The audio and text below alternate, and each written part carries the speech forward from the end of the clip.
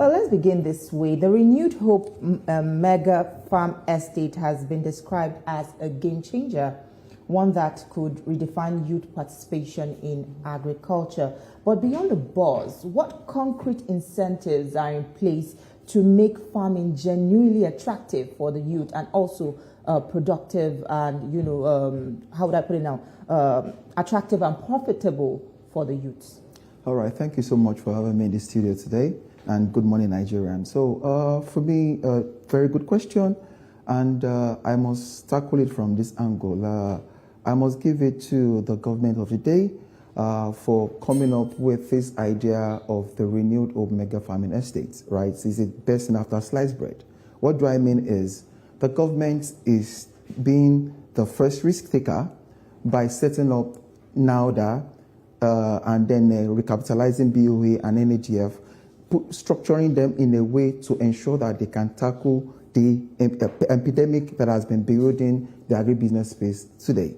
So what am I saying is we cannot overemphasize the challenges that the Land Use Act of 1978 has brought, which has caused land fragmentation, rural-urban migration, and a whole lot of other challenges. So now, with NAUDA in the forefront, with the task of opening 10 million hectares in 10 years, and ensuring that they can also partner with private entities like Azikinoma with all our experience to ensure that the sustainability and continuity, this would help to integrate youth, young women, and the less privileged into clusters of about 5,000 hectares across the 36 states and the FCT.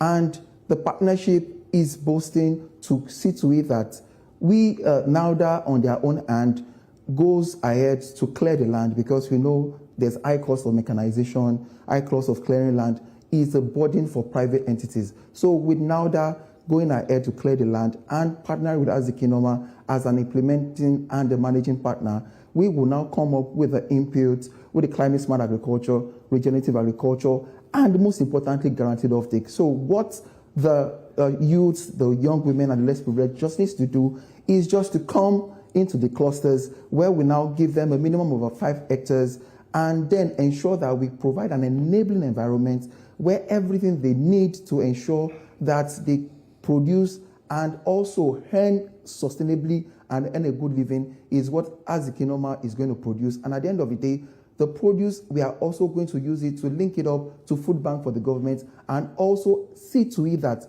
the multinationals that have before now depended mostly on importation of food, this will be a thing of the past, and we will get closer to food sovereignty in Nigeria. Okay, good enough. When we talk about agriculture, to the ordinary mind, the first thought is farming. You go to the farm, you till the ground, and you plant your corn or whatever. But agric is beyond that. It's a value chain. There's the primary production, there's the processing, and there's also the export. And also this government also talked about 30% value addition to whatever we produce before we talk about export. Now, how can we ensure that the young population, you're also a young man, the young population will also see agric not just as that aspect of tilling the ground, the other value addition process and the export, so that those who can key into the primary production will key in, those who can key into the processing will key in, and how can we make it very lucrative for them to begin to participate in this? Fantastic question.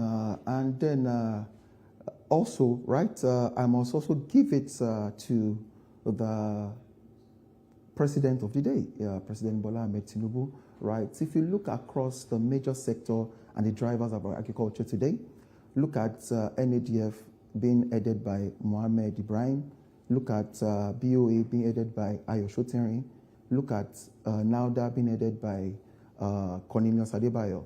These are young people that looks like myself, right? And then the president said he wants agriculture to be sexy.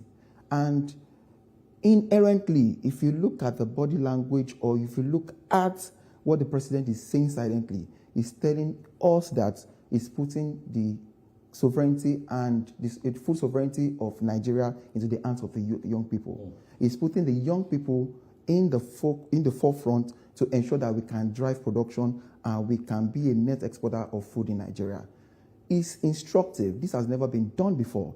And young people like myself have been asking for a space on the table, right? We have it. We have to make use of it, and we have to ensure that we deliver and ensure that we are not only self-sufficient in food production, we move from sufficiency to sovereignty and ensure that Nigeria is a net exporter of food to the world.